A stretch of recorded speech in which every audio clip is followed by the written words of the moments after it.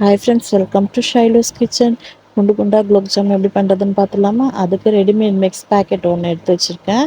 இது ஒரு 175 கிராமு. இதுக்கு வந்து 700 கிராம்ஸ் சர்க்கரை எடுத்து வச்சுக்கோங்க. ஒரு கப்பு பால் எடுத்து வச்சுருக்கேன்.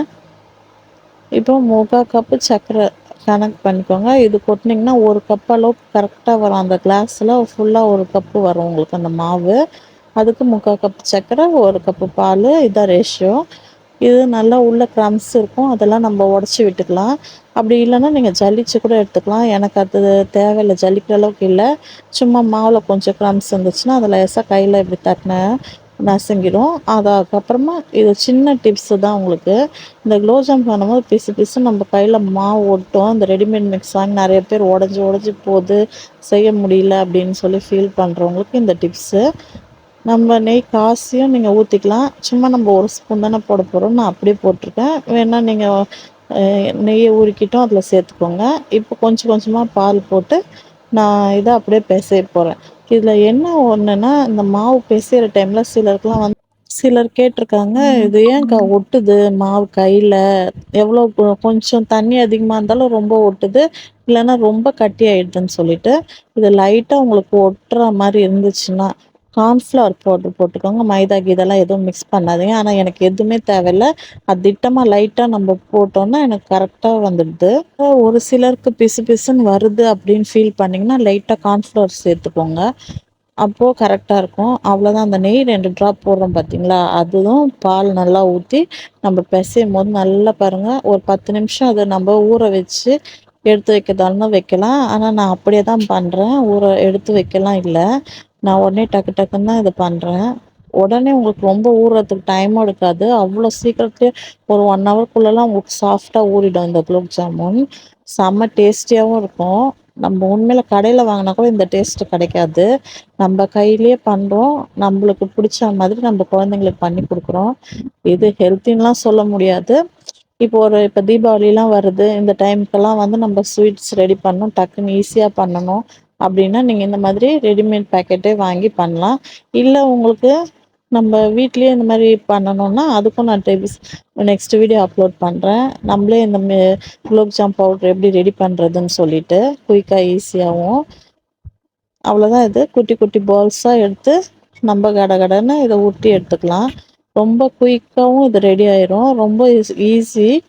நீங்கள் இதில் கண்டிப்பாக வீட்டில் ட்ரை பண்ணுங்கள் மறக்காமல்.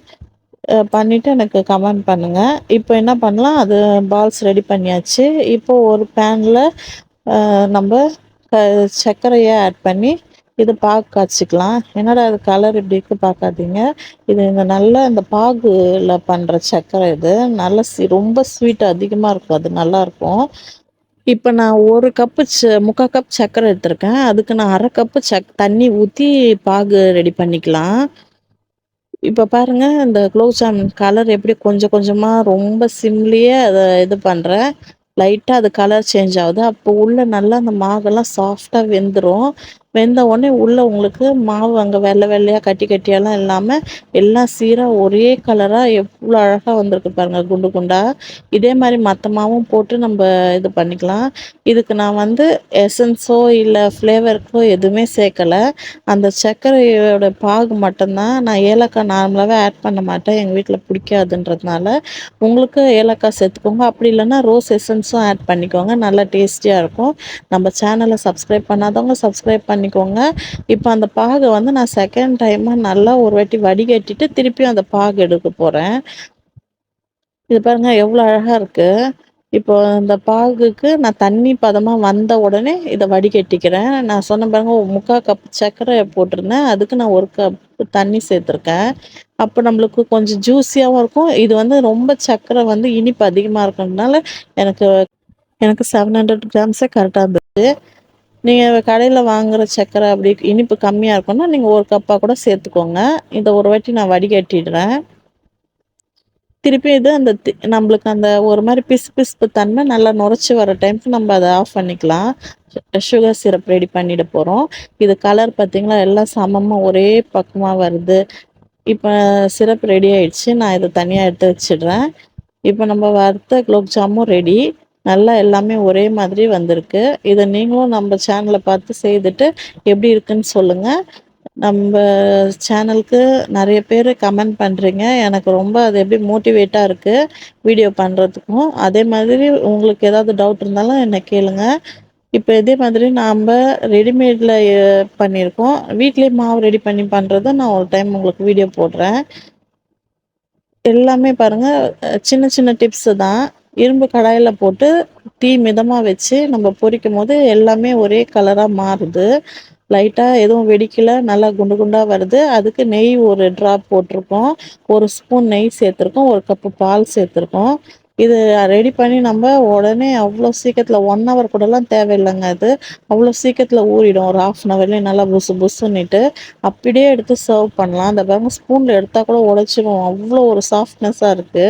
நான் அழகா கையிலேயே எடுத்து பண்றேன். ஏன்னா இது உடனே ரெடி பண்ணி இத அப்பயே காலி பண்ணிருவாங்க நம்ம வீட்ல. அவ்வளோ எல்லாருக்குமே விருப்பமான ஸ்வீட் இது. இதில சும்மா நான் பாதாம் வந்து நான் துருவி அது மேல சும்மா டெக்கரேட் பண்றேன். இது ஆப்ஷனலு. வேணும்னா நீங்க பண்ணலாம். நம்ம வீடியோக்காக நான் பண்றேன். நம்ம ஷைலோஸ் கிச்சன்ல சூப்பரான குண்டு குண்டு குலோப் ஜாம் ரெடி.